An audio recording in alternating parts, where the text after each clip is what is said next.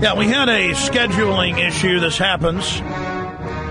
So Major General Stubblebine will not be on with us today.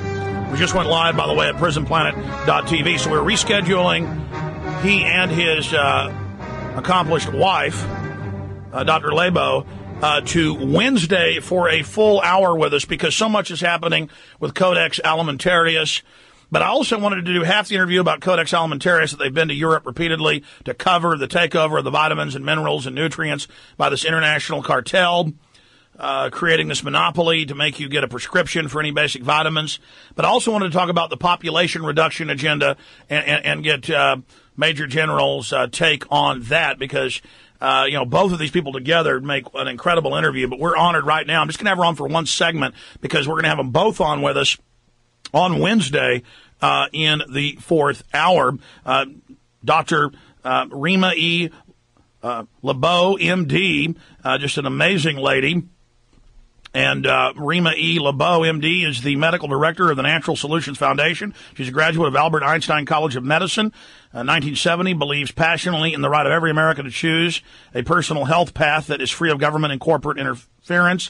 And then if I went through the rest of her bio, 35 years standing up to corruption and tyranny, that would take the rest of the time we have here today. But again, coming up Wednesday, we will have her and Major General Stubblebine, her husband, on with us for a full hour.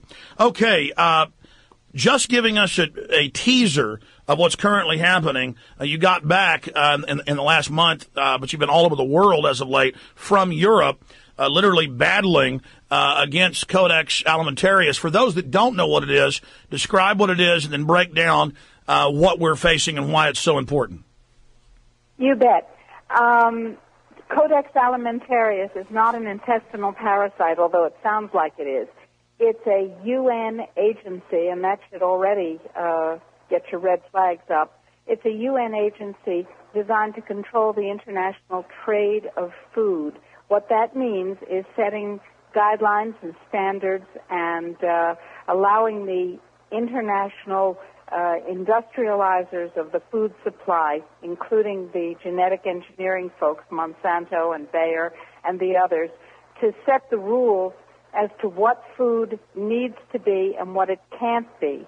And under Codex, what it can't be is wholesome, clean, unadulterated, and health-producing, because Codex is actually the creature of the pharmaceutical industry, which wants you to have damaged, degraded, and non-nutritive food filled with toxins so that you become ill. Then Codex and the FDA, its handmaiden, will make it impossible for you to get high-potency nutrients so that you can protect or repair, protect yourself from or repair the damage that food does to you. So what we're talking about is a food system designed to make everybody on the planet, and I do mean everybody on the planet, except, of course, the controllers, as ill as possible with the highly economically productive diseases that the pharmaceutical industry makes its amazing profits from: cancer, cardiovascular disease, stroke, diabetes, obesity. Those are the diseases that the World Health Organization defines as the chronic diseases of undernutrition. Take away the nutrition, get people sick, take away natural medicine, make profits, then they die, and you have depopulated the world of the, quote, useless eaters. That's Codex in a nutshell. Doctor, during the break, we may, we're going to end it at the end of this break. Your phone's got a lot of static on it, so we may try to reconnect. But bottom line, when we say that the globalists, the internationalists, have weaponized the food supply, we're not joking around about that. And you're a medical doctor. You've been researching this.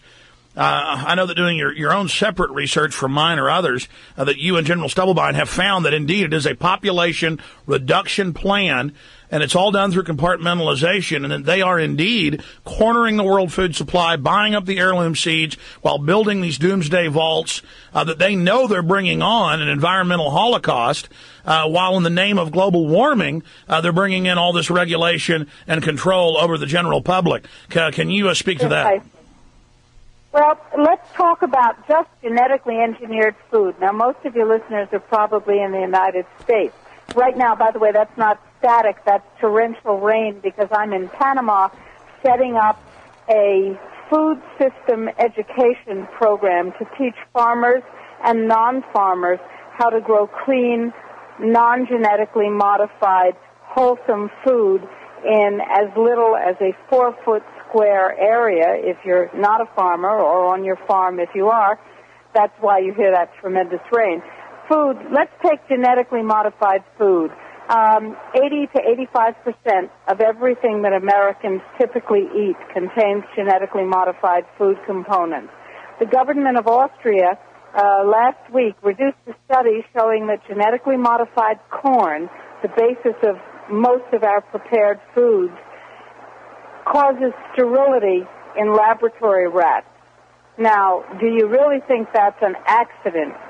Do you really think that controlling the world's food supply, as Monsanto says that it will do by 2010, and introducing ubiquitous foods that cause sterility, cancer, remember that's profitable, and autoimmune disease, again profitable, infertility and death, do you really think that's an accident?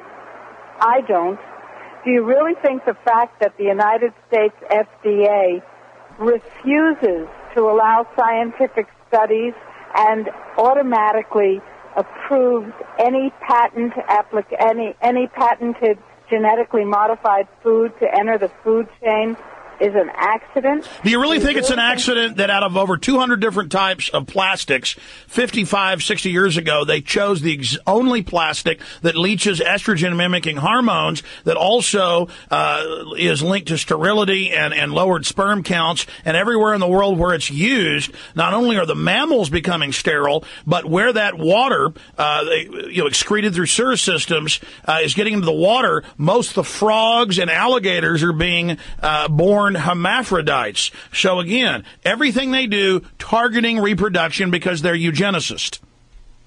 That is correct. They are eugenicists. They are not food agricultural industrialists. They are not medical health or illness care system industrialists. They are eugenicists.